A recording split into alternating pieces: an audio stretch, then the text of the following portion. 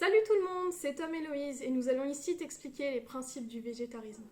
On entend souvent parler du végétarisme, mais au final, qu'est-ce que c'est réellement?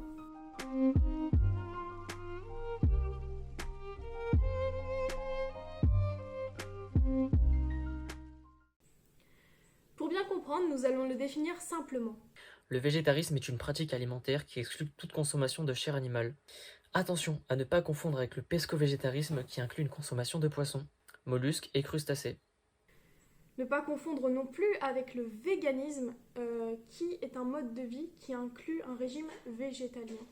On peut donc se demander, mais alors, c'est quoi un régime végétalien? Eh bien, en plus d'exclure toute chair animale, celui-ci ne consomme aucun aliment de quelconque origine animale, comme le lait ou les œufs. C'était simple, non? Nous pouvons désormais parler de l'alimentation.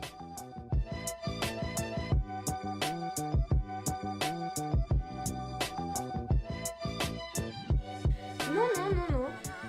Nous ne mangeons pas de salade accompagnée de pissenlit. Nous mangeons beaucoup de choses. Il est juste important de manger des légumineuses comme les lentilles, les pois ou les haricots et des fruits à coque afin d'apporter un apport suffisant en protéines. Il existe une multitude de simili-carnés. Ce sont des substituts alimentaires qui imitent l'esthétique et la texture de certains aliments constitués majoritairement de viande. Cette alternative, bien qu'elle soit connue, n'est pas tant que ça utilisée à cause de son goût. Par ailleurs, le simili-carné sert souvent aux nouveaux végétariens qui ne sont pas encore habitués à une alimentation non composée de viande.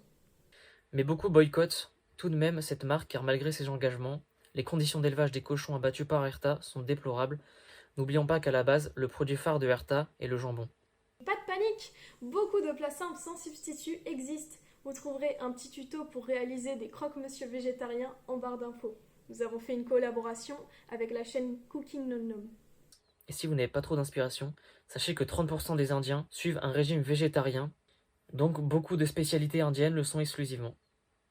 Attention, contrairement à ce qu'on peut croire, certains fromages ne sont pas végétariens, notamment le parmesan. Vérifiez bien que ceux-ci ne contiennent pas de présure. Mais finalement, pourquoi être végétarien ?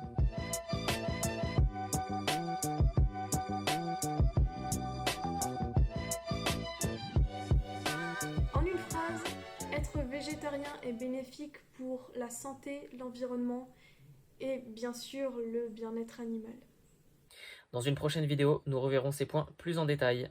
N'oubliez pas de vous abonner en cliquant sur le bouton juste en bas, et à bientôt pour les prochaines vidéos.